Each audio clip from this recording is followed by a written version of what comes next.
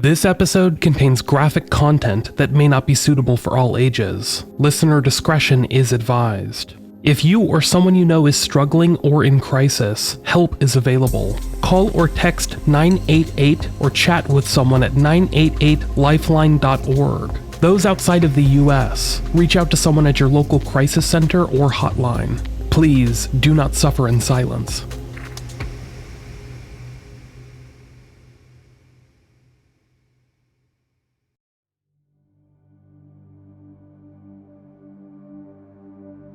Windsor is a small town in northeastern North Carolina, roughly 2 hours east of Durham and Raleigh, and roughly equidistant from the Chesapeake Bay to the north.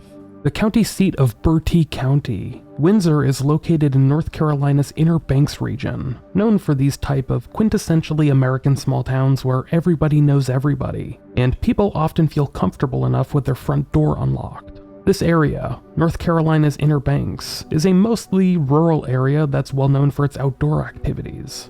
Windsor is particularly known for its kayaking, but that is one of the main draws for the entirety of Bertie County.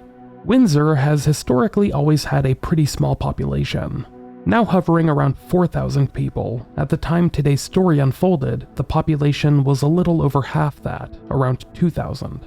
A slight majority of the residents are African American, and a slightly smaller section of the population is white. Over time, the region had skewed more heavily African American, but in the early 1990s, the split was close to 50-45, give or take.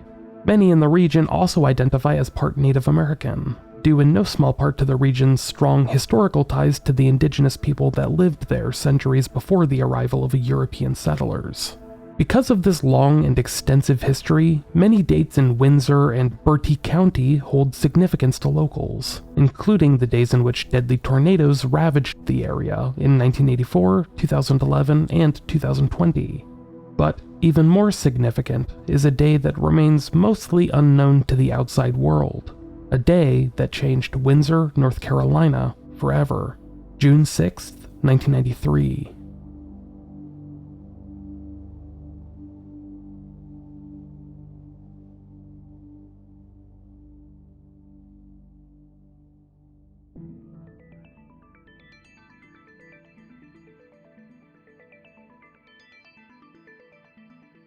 On Sunday, June 6, 1993, temperatures around Windsor hovered in the lower 80s. While that sounds pleasant, residents described it as a bit of a muggy heat, the type that sticks to your clothes. Yet the sky remained mostly clear as spring gave way to summer, so it was hard to complain. The day itself was relatively quiet throughout Windsor. This was a relatively small town where most people knew each other, so people did what they'd usually do on Sundays. Some barbecued, some spent their days inside, some watched or listened to the baseball game. While North Carolina doesn't have an MLB team of their own, the state's fandom is generally split between the Baltimore Orioles and the Atlanta Braves. Both played that afternoon and won. Others readied themselves for the work week ahead, while children were preparing for a long summer free of school. Since it was June, the sun was not yet close to setting at 6 p.m., but things around town were shutting down for the evening. The same could be said for one of Windsor's primary grocery stores, a Below supermarket located at 409 West Granville Street, right in the thick of town, just a stone's throw away from the Cashy River. There, at 6 o'clock, the last of the store's shoppers filtered out amidst the announcements that the store was closing. They would be followed by most of the staff. Most of the employees left just after 6 p.m., but two remained. Store manager Bud Cecil and one of the cashiers, Joyce Reason. They would continue closing the store, emptying the tills, ensuring things were clean, and locking up. Meanwhile, outside, a cleaning crew backed up their blue pickup truck in front of the store and began unloading supplies. Numbering 4 in total, this cleaning crew did not work for Below, but a private cleaning company that had been contracted to clean the building after hours and get it ready for the week ahead. The crew members' names were Johnny Rankins Jr., Sylvester or Tony Welch, and 2 brothers, Jasper and Thomas Hardy. All were between 40 and 50 years old. Minutes after the store closed, the cleaning crew was still getting their equipment unloaded from the truck and situated inside when they noticed the 2 store employees walking toward them with strange looks on their faces. As they got closer, the cleaning crew realized that there was someone else walking behind them, a black man that they had never seen before, who had apparently been inside the store. As police would later speculate, the man may have hidden inside and waited until the exterior doors were locked. Then, he struck. As the two store employees approached, the three members of the cleaning crew huddled together. They realized that the black man walking behind store manager Bud Cecil and cashier Joyce Reason had a gun. A particularly large handgun, which he kept pointed at someone at pretty much all times. Bud, the store manager, told the cleaning crew, "Do what he says. He means business." From the jump, it seemed like the gunman was well aware of his surroundings. As I mentioned, three members of the cleaning crew were huddled together when they had been approached. The gunman asked where the other member of the cleaning crew had gone. The fourth member of the cleaning crew was soon found and held at gunpoint alongside the others, bringing the total hostages up to 6. At gunpoint, this motley crew of store employees and cleaning crew members were guided along to the rear of the store, with the gunman telling them that he was a former police officer that had recently been fired. For that reason, he had nothing to lose. The implication being that they'd better listen to him if they wanted to avoid getting shot. They did, mainly encouraged by the gunman's calm demeanor. At no point did he seem crazed or hurried. He just calmly and methodically told them what to do. After being herded to the rear of the store, the gunman instructed store manager Bud Cecil to use a variety of restraints to bind the others. Duct tape, clothesline, and dog leashes were pulled from nearby shelves and used by Bud to tie up the other 5 hostages, while the gunman kept them at arm's length, the large handgun he held leveled at them at all times. After he had restrained the other 5, Bud was then bound by the gunman. Then, he instructed the 6 to lay on top of each other in 3 piles. It is weird to describe, but basically the gunman had each of the hostages lay down either on top of or under another hostage, so that they were each split up into a pair. Jasper, the eldest of the Hardy brothers, laid underneath his brother Thomas. Joyce Reason, the cashier, was forced to lay down on top of Tony Welch, a member of the cleaning crew. And store manager Bud Cecil laid down on top of cleaning crew member Johnny Rankins. None of them were where they wanted to be that evening, but they could only hope that by listening to the gunman, they would end their night back at home, in their own beds. The gunman kept telling them, "I don't want to have to kill anybody." At this point, the gunman was still firmly in control. All 6 of the hostages had been bound and were laying motionless on the floor, almost entirely immobilized. What happens next is hard to describe for an entirely different reason than before. Without losing his temper, the gunman then told the 6 laying on the floor, "I hope God will forgive me for what I'm about to do." He then began firing into each pair of bodies. Because the caliber of the rounds was particularly large, .45 caliber, he likely expected each round to continue downward into the victim underneath. In one case, that of Sylvester Tony Welch, the round did go through the body on top and hit him, but he was still breathing afterward. The gunman tried to fire a 4th time, but the gun either jammed or he ran out of ammunition. Without saying a thing, he then walked calmly into a back part of the store nearby. Moments later, the gunman returned with a knife. He then began addressing the pair of brothers from the cleaning crew, who were still conscious and unharmed. He first addressed the brother on top, Thomas Hardy, asking him if he could identify him. Thomas, of course, said no. The killer responded, "I don't believe you." Thomas Hardy was stabbed multiple times. Little did his brother beneath him know that the knife the offender was using had broken off inside of Thomas's back. But the killer now addressed him, laying underneath his bloodied brother. "Will you identify me?" "No, ma'am, I don't know you." "Okay, big man, I'll let you live." Jasper Hardy expected himself to be stabbed or shot next, but it never came. In this one instance, the killer seemed to show restraint, but the other 5 laying near Jasper had not been as lucky. Each had been shot or stabbed and essentially left for dead. The gunman had fled, taking with him stolen money, the knife he had used to stab the victims, and even the keys to the store.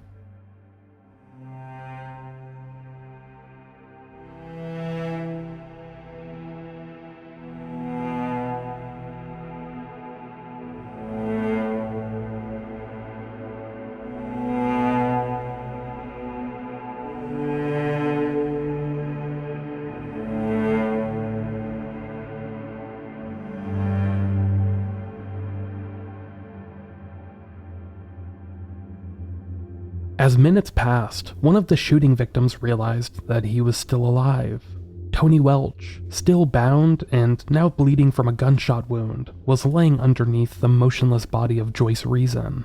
Because of the blood that had come from not just his gunshot wound but Joyce's, Tony was able to free himself from the duct tape that bound his hands. He began crawling to the front of the store, where at approximately 6:56 p.m., nearly an hour after the assault began, he dialed 911. What's wrong? We've been shot. We've been shot at. I've been shot and 3 other people harmed.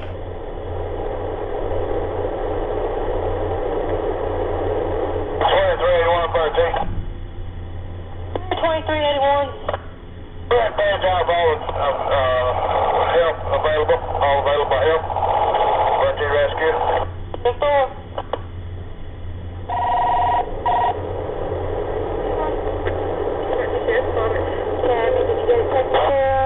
And now we've got a shooting at Below. A shooting at Below? Yep. Good Lord. I'm going to be responding to the area, Below area, in case you need help. Okay. 3 people been shot, including the manager. Is that right?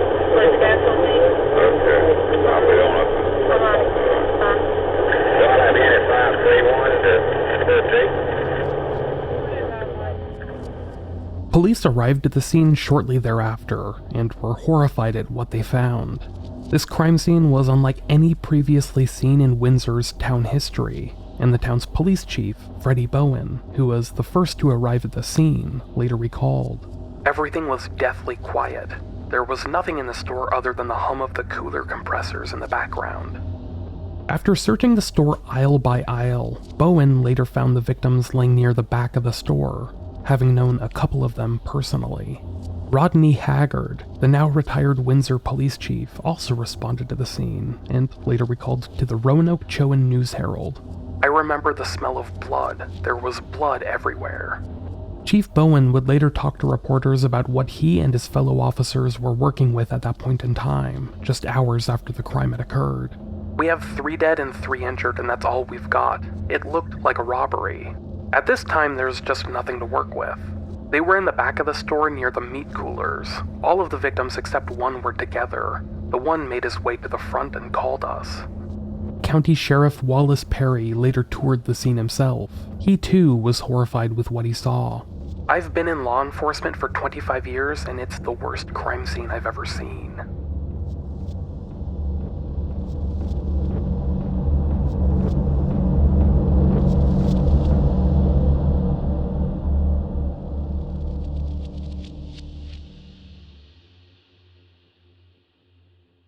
The Windsor Police Department was first at the scene, and they would run point on the extensive criminal investigation that followed.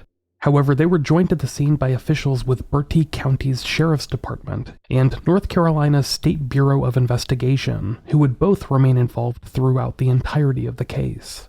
Police were the first to arrive at the scene, and they carefully checked through the store for any sign of life. As I mentioned a moment ago, Chief Bowen and future police chief Rodney Haggard were among the first to the scene, and they did a methodical search of every aisle, not only for the victims, but also the offender, who had seemingly vanished into the early evening.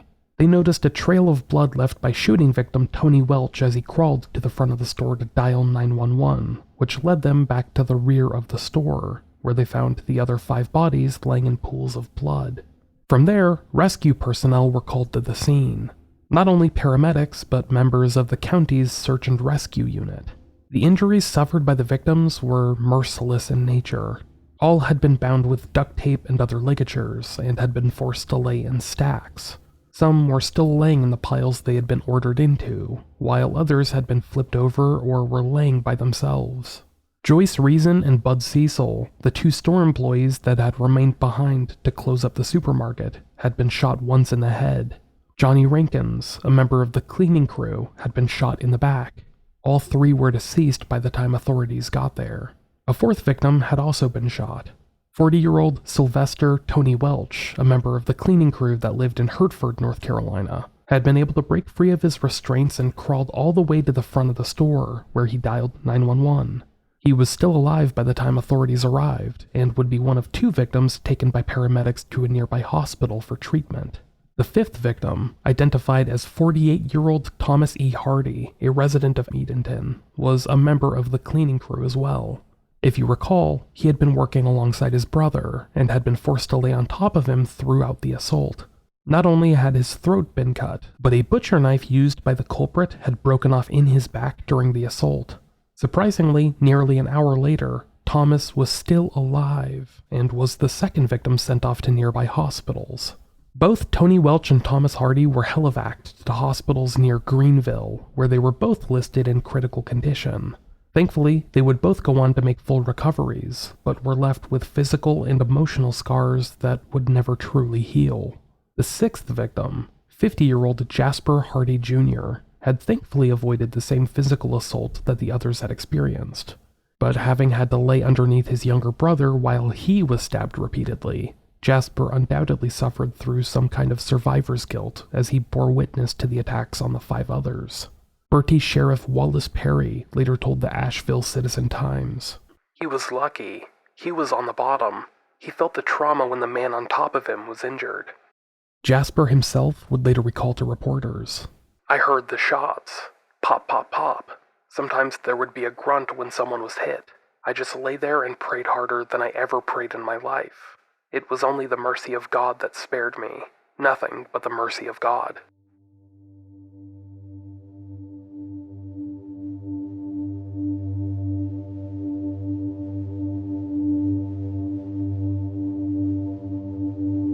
In the days to come, the loved ones of the victims would try to make sense of something that was inherently senseless. The victims had simply gone about their day at work, some of them at the beginning of the day, others at the end of it, and half had been lucky to merely survive. They would struggle to process their own grief and work past the trauma they had endured, but the other half had not been as lucky. Johnny Rankins Jr., a 48-year-old resident of Edenton, North Carolina, was the only member of the cleaning crew to perish that fateful night in June of 1993. Sadly, not much has been said or written about him in the years since, but we know that he left behind a wife, Laura, as well as 2 sons, Ken and Chris. I can only hope that they have been able to process his sudden loss in the decades since. Joyce Colburn Reason, a 36-year-old Windsor resident, was another of the victims to have died that night. A graduate of Bertie High School in 1975, Joyce had lived in the Windsor area for her entire life, and had worked as a clerk at the Below supermarket where she was killed for a few years beforehand. For that reason, many people in the town knew her. She was a regular presence in their lives, someone they almost always saw at the town's most popular grocery store. At the time, Joyce was a single mother raising 2 daughters, who were 11 and 14 years old. But she was expected to marry her fiancé later that summer. In a tragic and ironic twist, her fiancé was a member of the local rescue squad that responded to the call. Diana Charles, Joyce's sister, later recalled about her. "She worked so hard and never asked anybody for anything. They could have taken the money and not killed her. I know it crossed her mind. I've got 2 kids. You can't do this." After her sudden death, Joyce's 2 daughters worried that they would become orphans, but her remaining family stepped up to ensure they wouldn't. That despite the tragedy they had lived through, they would always have them, as well as each other. I hope that remains the case today. Grover Lee Cecil Jr., more commonly referred to as Bud Cecil, was a 47-year-old resident of Ayden, North Carolina, who had been the manager of the Below supermarket in Windsor for about 8 months at the time of his death. However, he had been married to his wife Karen for many years, and together they had 5 children. His wife Karen would later tell reporters with the News and Observer in June of 1994, the 1-year mark of the case, and in her comment she makes reference to her husband's unidentified killer. "This is a very tricky one. He is someone's son or someone's friend, and they need to turn him in. He ruined a lot of lives here. He took 24 years away from me." On the same somber anniversary, Bud's daughter Shannon also spoke out. "It hurts. There are so many questions. Why this town? Why this store? How did he choose which 3 to kill? Why didn't he just take the money and leave?" Now, we're gonna pause for just a moment.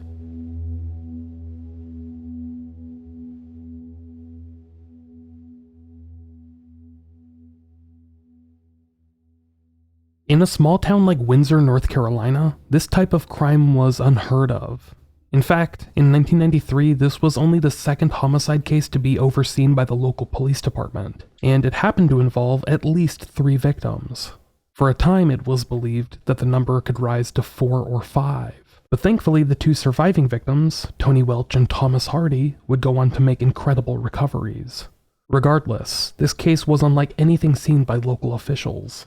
As investigators scoured the scene, they were unable to make sense of the crime itself. It appeared to be a robbery, but the extent of the violence and the manner of it made them question that hypothesis. This is something that has confounded officials for some time. While the offender had made off with cash from the store, approximately $3,000 in total, he had started shooting and stabbing the victims after procuring the money. So him killing them made little sense. Having done so in such a methodical way too, gave investigators the inkling that he had sought after violence from the start.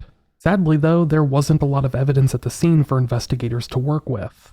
The Below supermarket had interior security cameras, but none of them were working at the time. Maybe the offender had known that beforehand, or maybe he had just gotten lucky. None of the victims had fought back against the killer, so he had not left behind any known DNA evidence. In fact, it seems like he took with him almost everything he touched, other than perhaps some duct tape or ligatures from when he bound Bud Cecil. But the gun and knife that the killer had used in the assault, as well as the money and some other stolen belongings, had all disappeared with him. As I mentioned earlier, the Windsor Police Department would collaborate with county and state officials early on.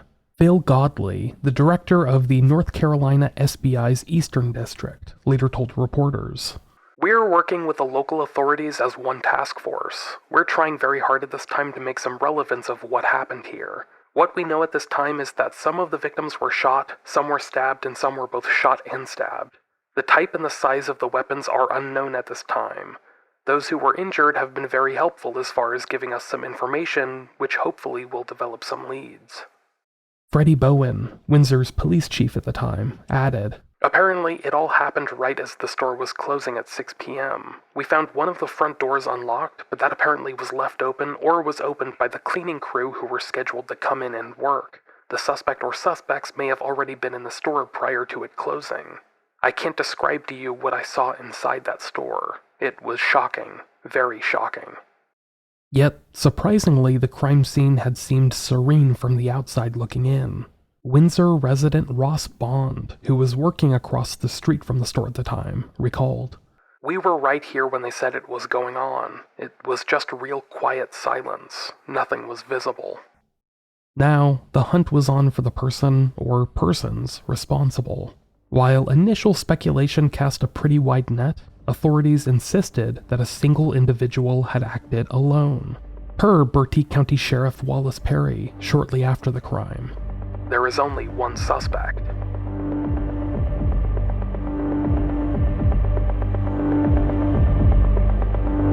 The suspect, as described by the surviving witnesses, was a black man with a medium, possibly Asian complexion. He was 30 to 35 years of age and had a slender yet solid build, along with a military-style haircut. He had light brown eyes that were described as slanted, and a narrow nose bridge which showed signs of having been previously injured, perhaps in a sports-related injury. During the assault on the supermarket employees and cleaning crew members, the suspect had claimed he was a former police officer that had recently been fired, and for that reason had nothing to lose. Investigators would focus in on this claim in the weeks ahead, but they reportedly found nothing to it.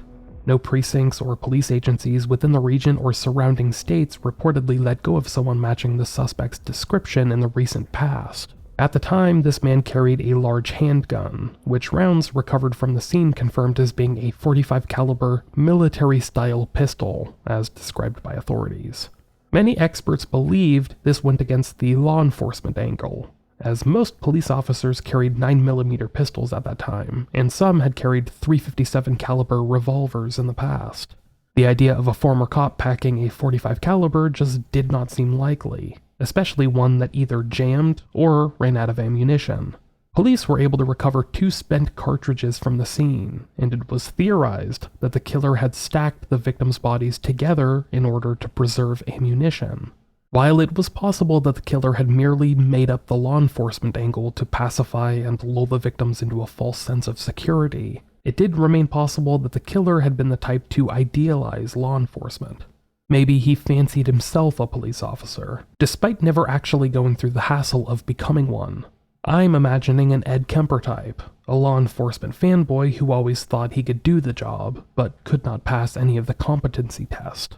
Despite this law enforcement theory proving to be a dead end, it would lead to additional theories regarding the suspect being perhaps former military, maybe even a soldier that had recently returned from time overseas during the Gulf War. Maybe he had returned to a hard life back in the States and snapped that June afternoon. Yet there are many who believe that these law enforcement and military angles are just red herrings, including retired SBI Special Agent Dwight Ransom, who worked the case for some time. When speaking to the Roanoke Chowan News Herald in 2018, he doubted that the suspect was either former police or military. I don't think either scenario fits this man. It has always puzzled me that he only had one magazine for his pistol. A person trained in the military or as a police officer carries more than one magazine. This leads me to believe he wasn't military or a police officer. All I do know is he is a cold-blooded killer. The best lead that investigators had in this case was a sighting involving a small white car with Maryland license plates, which had been seen speeding north out of town on US 17 shortly after the incident took place. But other than that, not many cogent leads would remain in the weeks ahead, as police prepared the suspect sketch, which would get released months later. That sketch can still be found today, and will be included in the show notes for this episode. In the immediate aftermath of this senseless tragedy, robbery appeared to be the most apparent motive. During the commission of the crime, the suspect had made off with $3,000 in not only cash, but money order receipts, which he made off with in a canvas beelo bag. He also took with him the knife used to stab one of the victims, and the keys to the store for some reason. As far as investigators could determine, the killer did not have a prior known connection to any of the victims.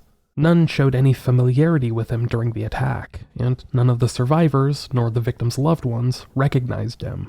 For that reason, he wasn't believed to have been a local to Windsor or the surrounding area, which, as I mentioned earlier, was a small town where most people knew most people. The scene of the crime, the Beelo supermarket, was likely chosen at random, but to that end, it was believed that the offender had become familiar with the area somehow. He knew what time the store would close, and what their procedures looked like for the most part. When a fourth member of the cleaning crew strayed away from the others, the killer took notice and demanded that they find him. He also seemed to be in control of the situation at all times, and remained calm, never getting flustered. This gave investigators the belief that he had carefully planned out the crime, that this wasn't just a grab-and-go robbery scheme. To make matters even more distressing and confusing, based on information gained from the witnesses, by the time the killer started stabbing and shooting at them, he already had the money rounded up. For that reason, it was impossible to tell why he had decided to start acting out. Had he just been fearful that the victims would be able to identify him? Or was he using the robbery as a pretext to carry out these random acts of violence? Bertie County Sheriff Wallace Perry would later address this in a comment to reporters. Normally on just a robbery, if people cooperate, they get the money and go, and leave the victims unharmed.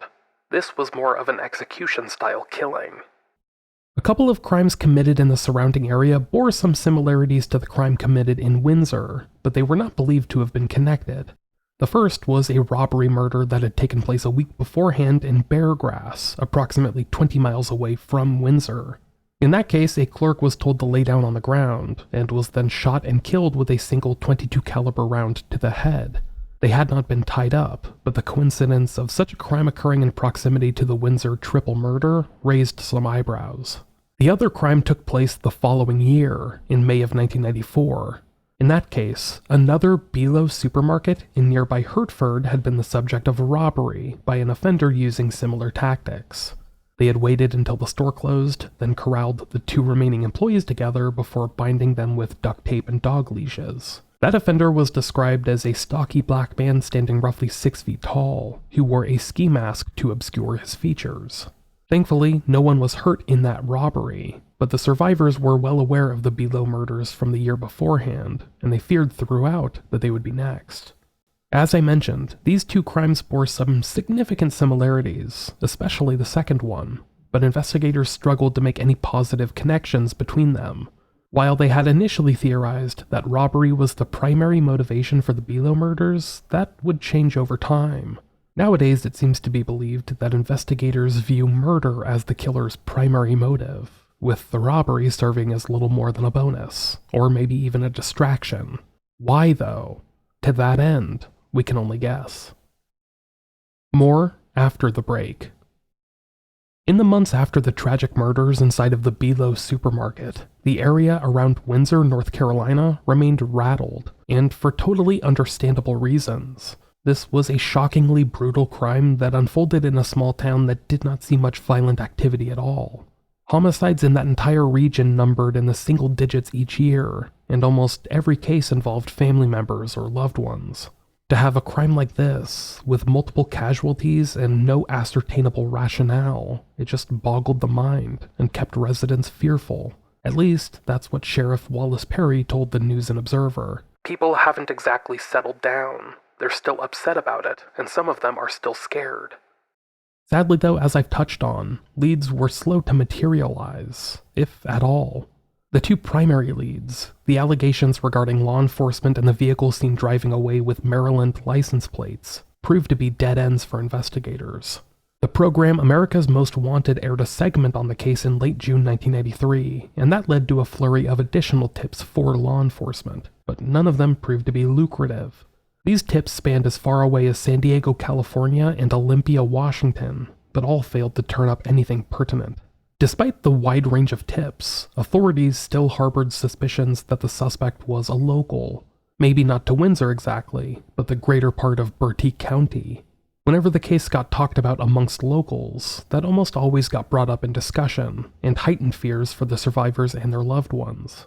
They all feared that if they spoke out, they would be targeted again. Hence, the survivors not making many public appearances after their encounter with this violent offender. For a time, it was speculated that a second man may have been involved. Some early reports from 1993 claimed that a second possible suspect was seen in the vicinity of the crime. A slightly taller black man with a more muscular build, with a darker complexion, who stood about 6 feet to 6'2" in height. He was reportedly seen driving the white car with Maryland plates away from the scene, while a man matching the description of the primary suspect, the gunman, was reportedly sitting beside him in the passenger seat. Investigators theorized that he may have been waiting out in the parking lot for the other suspect to carry out the robbery, acting essentially as a getaway driver. However, this also may have just been a completely unrelated sighting of two black men speeding down the highway. Without more information, and 30 years later, it's hard to know. In the latter half of 1993, the FBI put together a psychological profile of the killer, which was developed by the Behavioral Science Unit in Quantico, Virginia. Their analysis pegged the killer as a smooth-talking ex-convict who possibly belonged to a religious group while in prison. They believed he had been a model prisoner behind bars, having been convicted of a serious felony beforehand, but that was only a facade to hide the monster within. Windsor Police Chief Freddie Bowen spoke about this profile after its release. Agents say he has a lot of self-control and that this murderer will probably have a friendly demeanor and be a smooth talker, but no one should be fooled by this misleading persona. FBI agents say he is a dangerous, cold-blooded killer and a threat to family and friends because of the tremendous amount of stress he is under. FBI agents say this man may act out his stress and kill some family member or friend. Anyone who keeps quiet about his identity is in more danger every day, especially if this killer knows the person is aware of his identity. It was speculated that this killer was incredibly manipulative, someone that could, per Chief Bowen, convince almost anyone of anything. Authorities believed that this killer may have confessed his crimes to someone, probably a woman, per Bertie County Sheriff Wallace Perry. She's probably living with him, and she's in danger. Despite the best efforts of city, county, and state investigators, by 1995 the case had almost firmly faded from the public consciousness. That year, State Bureau of Investigation Agent Dwight Ransom told the Roanoke Chowan News-Herald, "We have taken countless leads into this case. Many of them have turned out to be dead ends. We've worked every lead we've been given, exhausted every single thing reported to the departments working on this case, no matter how trivial the information might have been, but we have not had enough to move close enough to an arrest. The suspect or suspects may very well be in or around the area, and we firmly believe somebody knows something that may very well lead us to the suspect or suspects in this case. We only hope and pray for the families of these victims that the leads will soon be brought forward so the fallen victims can, for once, rest in peace. Speaking to the same publication more than 2 decades later, in 2018, Windsor Police Chief Todd Lane stated, "We continue to investigate leads in this horrific case. We have and will continue to submit evidence to the State Crime Lab in hopes that advances in DNA collection and analysis will lead to a break in this case."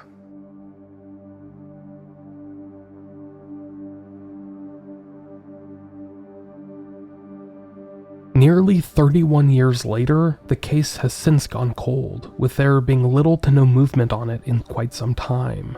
The press has not covered the story much outside of the immediate aftermath, and other than a few news stories published over the last handful of years and a couple of podcasts, there's been no widespread discussion of this story. It almost feels like a hidden footnote in the region's history, a story that's not even discussed enough to have its own Wikipedia page.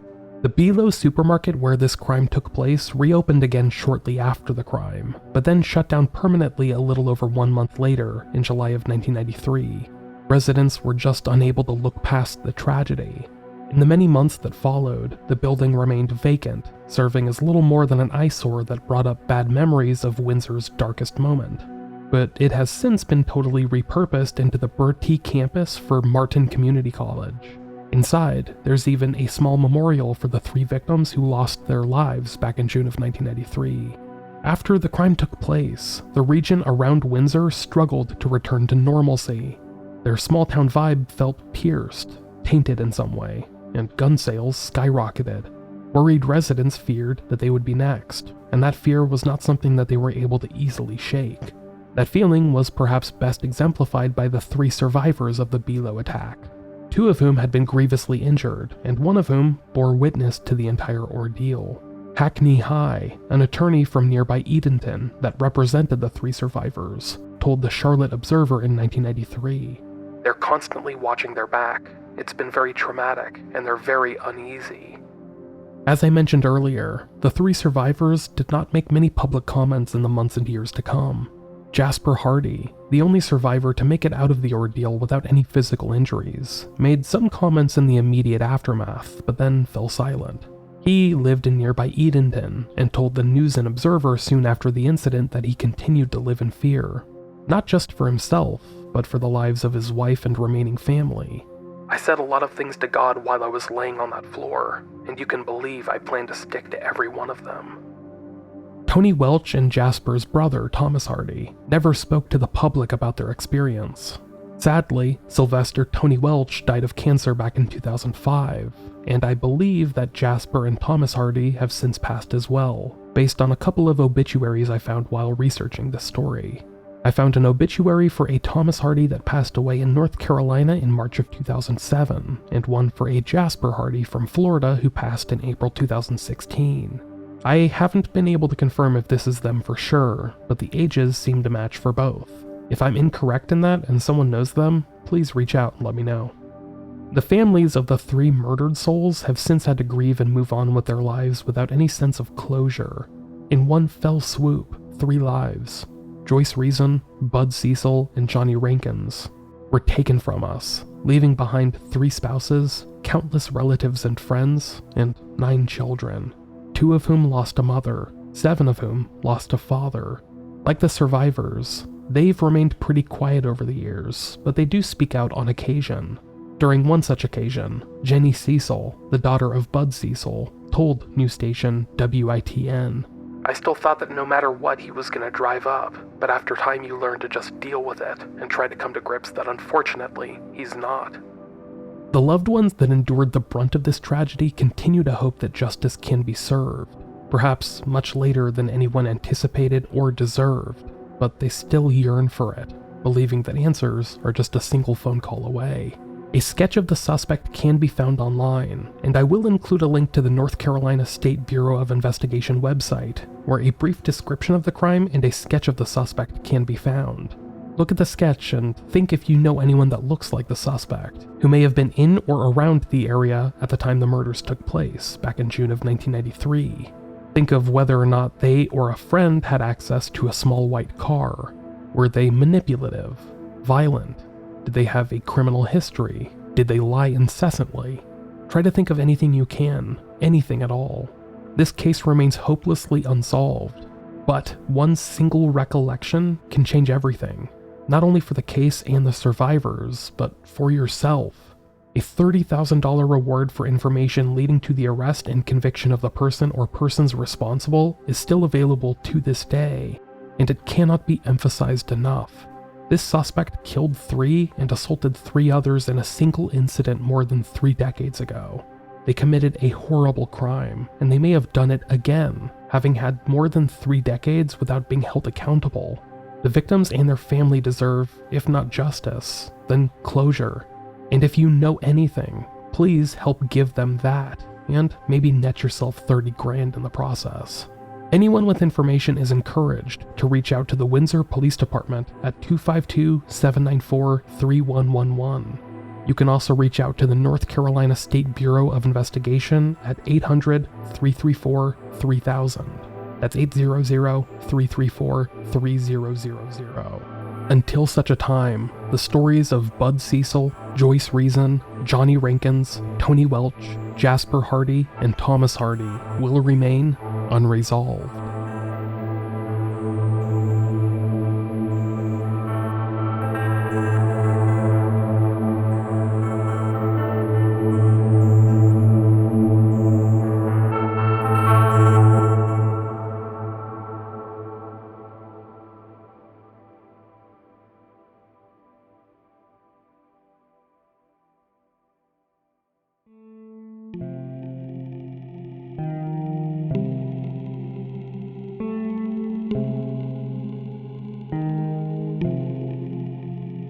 Thanks for listening, everyone. This episode was researched, written, hosted, and produced by myself, Michael Whelan. The music throughout the episode was also composed by myself, except where noted in the show notes. Before we wrap things up, I would like to thank the producers of this show, who support the show each month on Patreon. These superstars include Roberta Jansen, Sarah Moscaratolo, Ben Crocum, Scott Meesey, Marion Welsh, Jacinta Klass, Lauren Nicole, James Weiss, Crystal J, Alex Kalaragopoulos, Annie Broad, Stephen Diaz, Ritis Bauza, Heather Fiddler, Anna T, and Brutalist. Interesting username. Thank you all so much for your support. It really does mean the world to me. I would also like to shout out the other patrons who continue to support the show. You can become a producer or a patron by heading to patreon.com/unresolvedpod, where you can get access to our entire archive of bonus episodes, as well as the Patreon exclusive show, Resolved, where I take a look at solved cases. I have a couple of upcoming stories there, including a serial killer saga that I left unfinished a while ago. I'm talking about BTK, y'all. I'm currently going back and re-recording and completely redoing the first 2 episodes in that series, before putting the finishing touches on part 3. Join the Patreon at the $5 tier or above, and you'll get those episodes when they come out, and so much more. Finally, before we go, I would like to thank you. Yeah, you out there, for merely listening. It means a lot to me that so many of you continue to listen after nearly a decade of making the show. I would have gotten sick of my voice a long time ago. If you feel strongly about this story after listening, please check out the suspect sketch and share the picture and the episode. If you only have time for one, then share the picture. But if you have time for both, please share the podcast with anyone in your life that might be interested. And then if you have some time after that and want to do a little extra good, please leave the podcast a good review on Apple Music or wherever you get your shows. Those truly do so much good and keep the metrics moving up, something that I wish I did not have to ask for, but is so important in this day and age, as C-list actors and giant production companies continue to flood the podcast market, drowning out us independent creators that have been here for years. Anyhow, that's enough for me. I'll be back with another new episode next week, and I hope you all stay safe, stay healthy, and I'll talk to you again soon.